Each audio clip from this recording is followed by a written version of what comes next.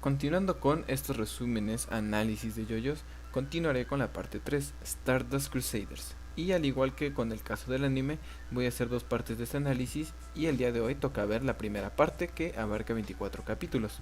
En esta ocasión estaremos siguiendo al nieto del mejor yoyo, seguiremos a Yotaro Kuyo, una persona con cuerpo realmente realista de 17 años que desarrolla un misterioso poder y debido a ese mismo misterioso poder, su madre cae enferma teniendo así que aventurarse a encontrar al ya conocido villano personal de los Joestars, Dio, para acabar con él de una vez por todas y así salvar a su madre. Les recuerdo como siempre que por la naturaleza del video hay spoilers, sin más dilación, que venga el intro.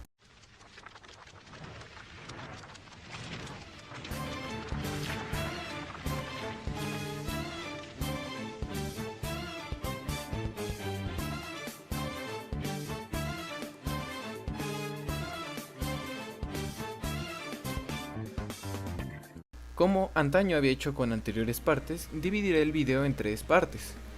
Primero un resumen de la trama, luego un análisis de personajes y terminaremos con impacto cultural sobre la obra o la obra en la cultura. Stardust Crusaders comienza directamente con el final que se vio en la parte 2, con Yotaro en prisión por partir madres, Joseph yendo a buscarlo por una situación que hace peligrar a la familia Joestar y por supuesto al mundo también.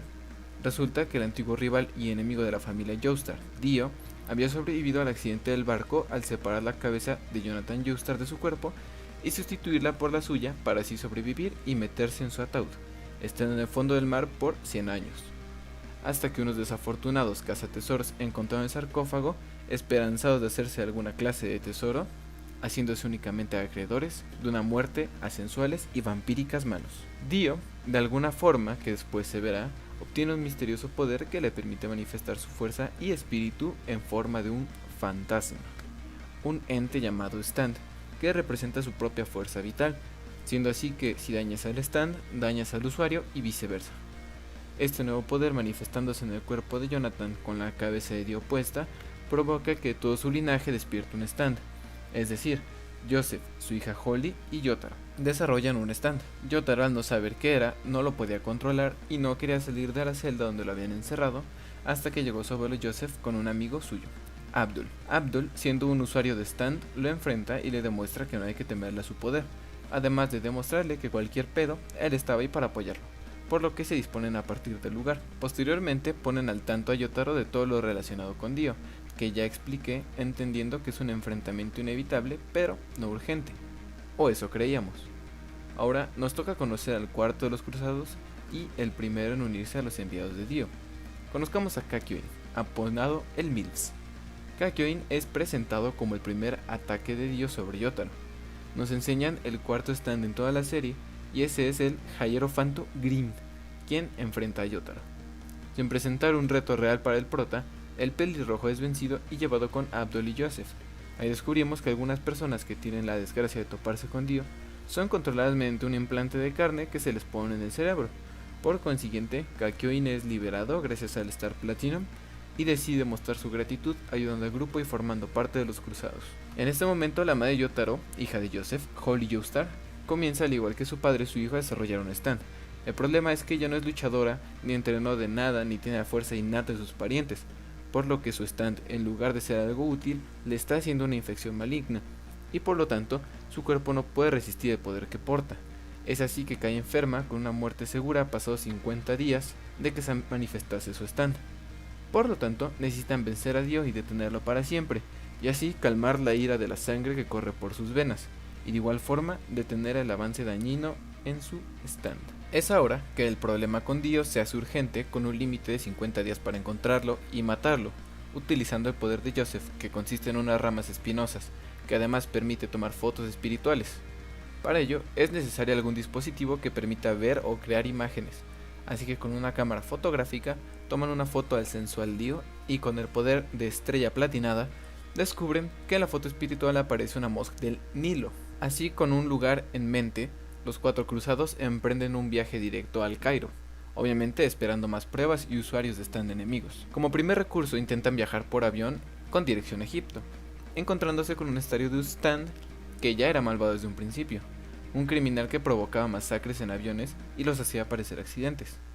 Aunque este fue derrotado, asesinó a los pilotos provocando un accidente aéreo sin más víctimas que unos pasajeros asesinados. Terminando en las costas de Hong Kong, el equipo Yo-Yo decide trazar un plan diferente a volar para así evitar más incidentes con inocentes y accidentes aéreos. Mientras se preparan para continuar, se topan con su siguiente enemigo, Jean-Pierre Polnareff.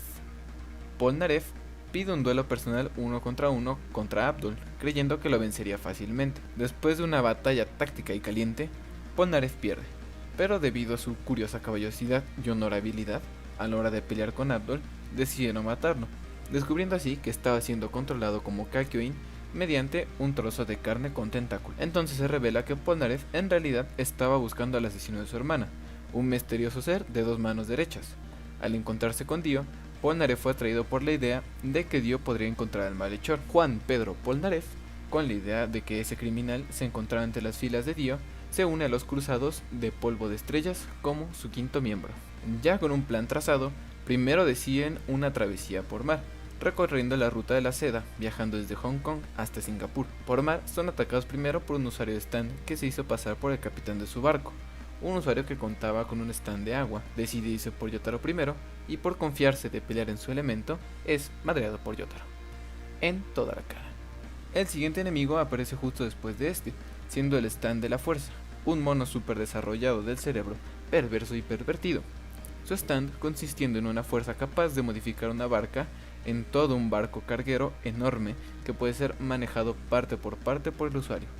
Es decir, el mono podía mover las puertas, los ganchos, las tuberías, etc.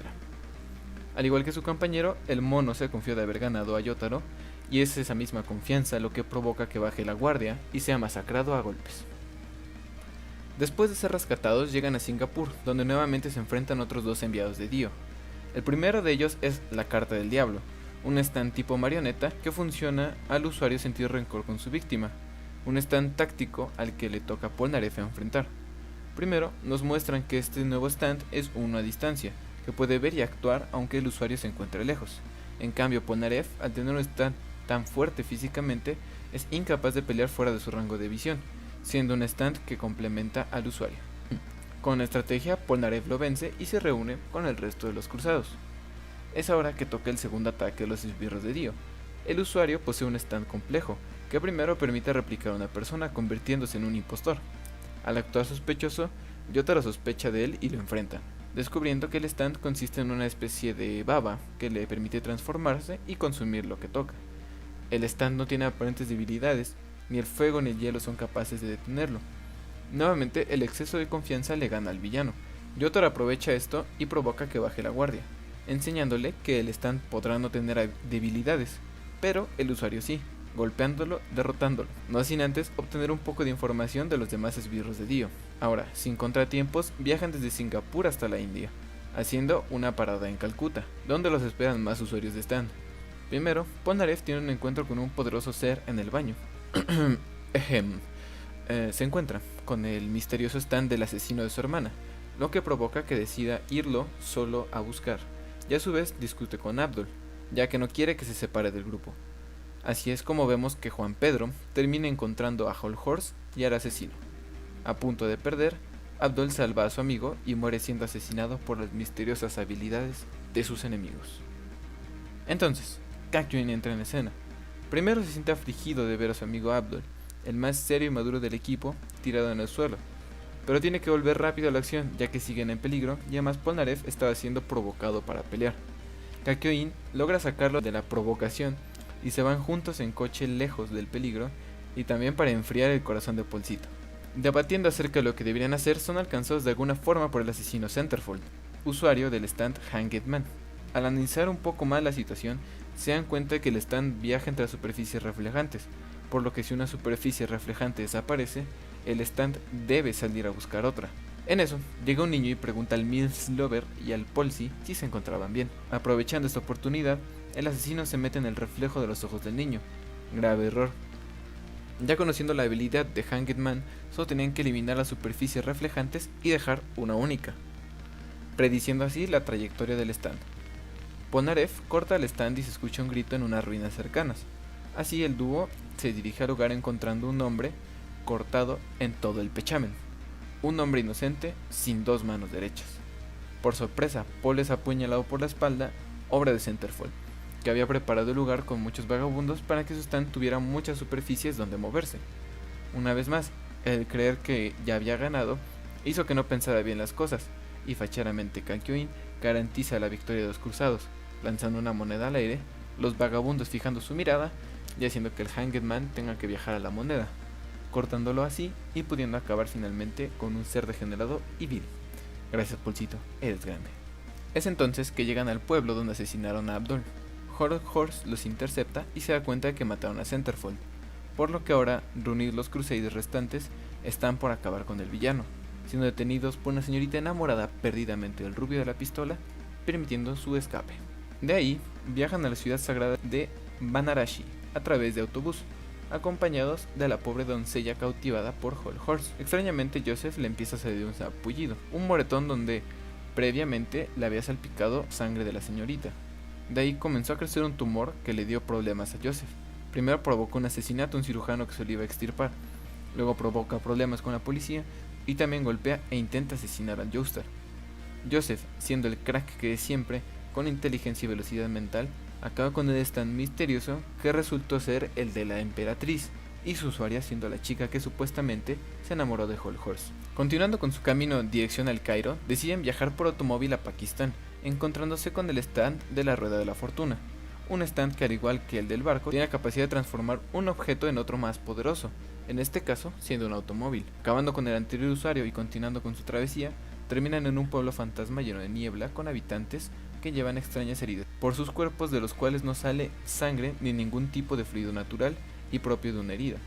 Se encuentran entonces a una anciana que les ofrece quedarse en su mansión como especie de hotel. Resulta ser que la anciana es la que siempre estuvo con Dio y madre del asesino Centerfold. Es la usuaria del stand llamado Justice, un stand hecho de niebla que es capaz de controlar a cualquier ser, vivo o muerto, a través de esas heridas, las mismas que tenían los habitantes de la ciudad. Mediante ingenio y al mejor estilo Joestar, Yota descubre que es una usuaria de stand y de la misma forma ingeniosa derrota al stand de la niebla aprovechando su fortaleza y haciéndola su debilidad. Deciden llevarse a la anciana con ellos y así con Hermit Purple, el stand de Joseph, descifrar sus recuerdos y mente al proyectarlos en una televisión. Para mala suerte del equipo son interceptados por otro de los esbirros de Dio. Este villano es Dan, usuario del stand de los amantes o enamorados. Este stand consiste en un microstand que se aloja en el cerebro del enemigo y hace que cada golpe que recibe Dan sea recibido igualmente por la persona infectada. Esta pelea nuevamente está plagada de ingenio y es el único que admite tener un stand débil. Por lo mismo utiliza su stand de forma magistral, dándole muchos problemas a la banda. Para este caso, Polcito y Kakyoin son los encargados de descubrir su secreto y así provocando la victoria de los cruzados. ¡Qué satisfacción! Continuaron con su camino hasta llegar a los Emiratos Árabes, más específicamente a Abu Dhabi. Deciden viajar por camello a través del desierto, pero nuevamente son atacados por emisarios de Dio. Primero son atacados por el stand de la Carta del Sol, que literalmente era un sol, y estaba calcinando al equipo incluso en la noche, pero fue descubierto en su escondite y acabaron con él de una pedrada. Posteriormente son atacados por el stand de la Carta de la Muerte, un bebé diabólico con stand que es capaz de entrar en los sueños de las personas cercanas y controlar y hacer de todo dentro del mundo de los sueños, con dos grandes problemas. El primero de ellos es que en ese mundo no se pueden convocar stands, y el segundo y más molesto es que no recuerdas nada al despertar. Kakyoin, como siempre con su alto ingenio, logra evitar el segundo de los problemas y alerta a los demás del usuario. Lamentablemente en el proceso volaban en avioneta, y esta pelea hizo que se estrellaran y terminaran en medio del desierto. Después deciden viajar a una isla donde se encontrarán con el papá de Abdul para que los ayude. En dicho lugar se encuentran con otro villano que es capaz de conceder deseos que se tergiversan y se vuelven en contra de quien los desea. En este caso, Polcito pelea contra él y desea tres cosas: dinero, que reviva a Abdul y que reviva a su hermana. Al final se vuelve en contra de sus deseos y cuando están a punto de matarlo, aparece Abdul para salvarlo. ¿Abdul? Sí, Abdul. Resulta que no había muerto y en realidad se había disfrazado de su padre. Entonces, Abdul salva a Polcito y se venga de una forma muy peculiar del emisario de Dio.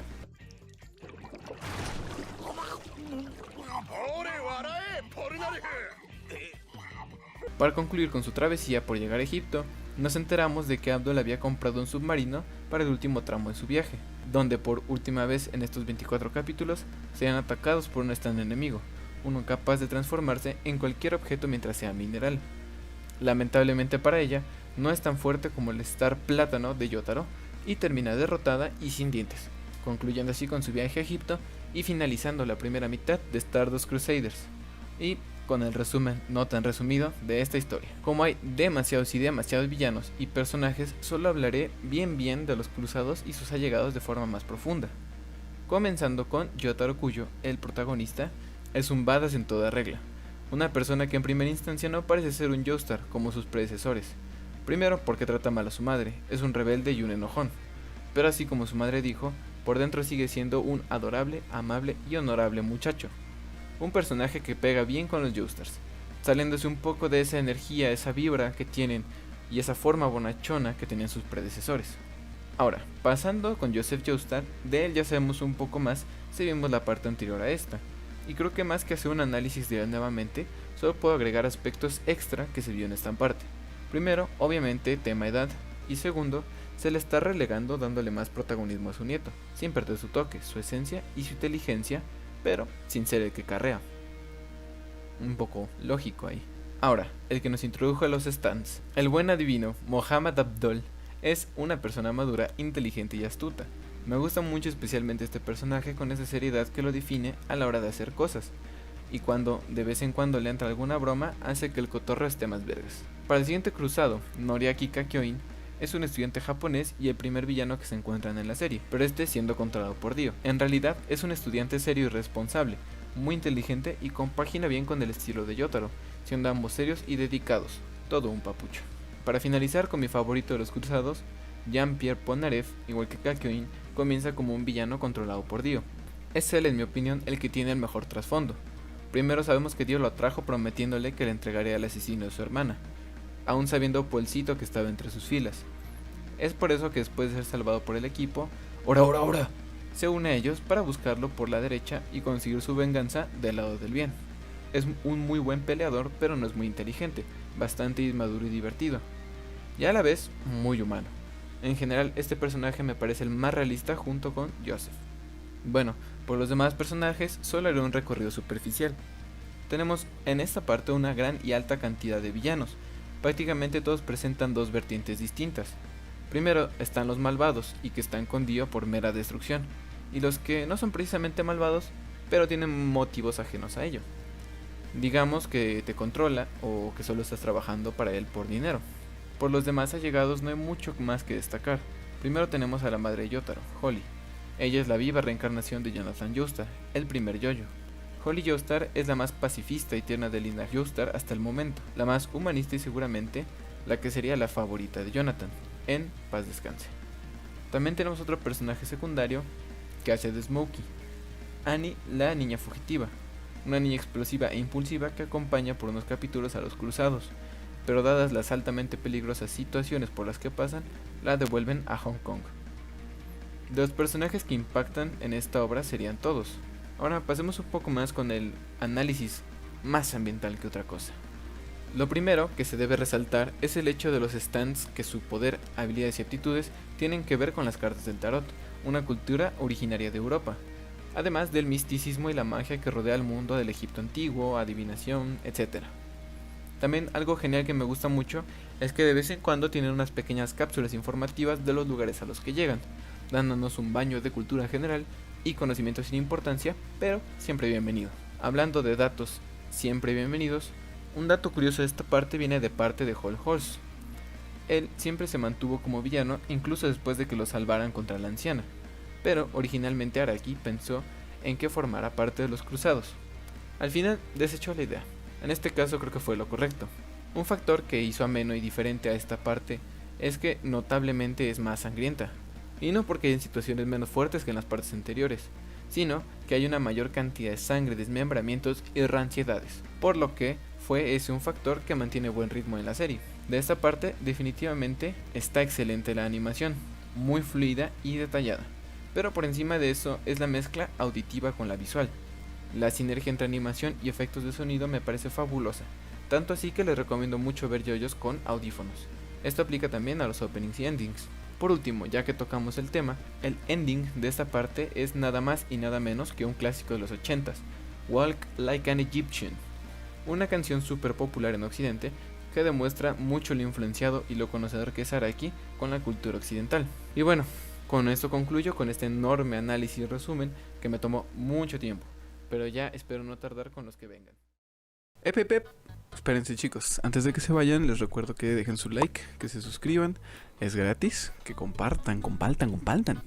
Y que además se unan al Discord donde estamos muy activos, estamos avisando, estamos teniendo muchos memes, muchas pláticas muy dudosas, muy funables y sobre todo muy divertidas.